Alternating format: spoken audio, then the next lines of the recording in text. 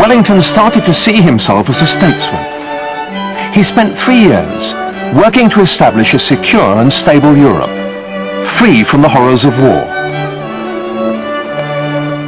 The Duke returned to England in 1818. He could have settled down to a very comfortable life, enjoying fame, glory and wealth. But he was a patrician with a powerful sense of duty and wanted to serve his country in peace as he had in war. And also perhaps he'd got so used to living in the limelight that he couldn't do without it now. Politics beckoned, and rightly or wrongly, he believed that he knew just what the country needed. But how well would the triumphant general transform into a political tactician? While travelling with his friend, the MP John Croker, the two men used to try to guess what kind of terrain lay on the other side of the hill. The Duke himself said, "All the business of war, and indeed all the business of life, is to endeavour to find out what you do not know by what you do. That is what I call guessing what is on the other side of the hill." Wellington confidently presumed that he could guess what was on the other side of the hill for Britain and for British politics. And when he was offered a place in the Tory cabinet, he accepted.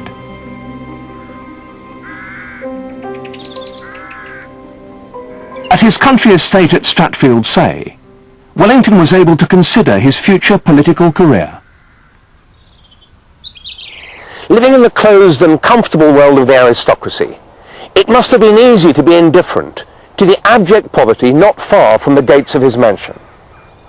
But Britain was in the throes of an industrial revolution, and elegant sites like this were increasingly set against a backcloth of upheaval and inexorable change.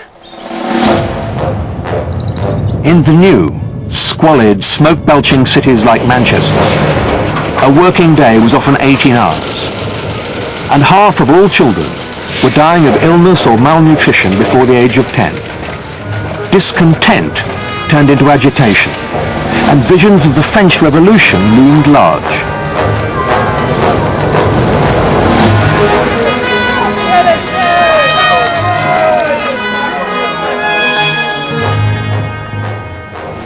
The Tory government, in particular, declared its determination to avoid the horrors of revolution by clamping down firmly on any unrest.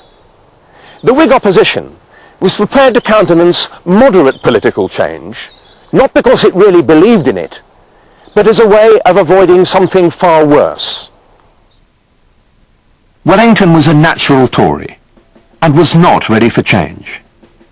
Not long after he took up his post, the authorities in Manchester sent in the cavalry to put down a demonstration in St. Peter's Fields demanding political reform. 12 people were killed in what was known in parody of Waterloo as the Peterloo Massacre. Wellington was one of the 13 ministers who wrote an official letter supporting the magistrates' action. He had always believed in harsh punishment to maintain discipline amongst his troops. Likewise, he believed in the harshest repression of any public disorder. He feared the mob and the anarchy that would follow. He would announce to his friends, "It is very clear to me that the radicals won't be quiet till a large number of them bite the dust. We are the nation in Europe the least to be trusted when we are not controlled by the strong arm of the law. Give the people a strong, a just, and if possible, a good government, but above all, a strong one." Wellington's priority was to maintain stability. It was perfectly natural for Wellington, a general, to see politics as simply the defence of the realm in another guise.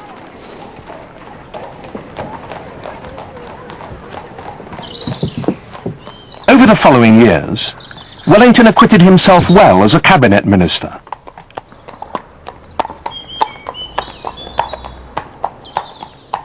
He won favour with the right of the Tory party, and King George IV was fond, even in awe, of the victorious general.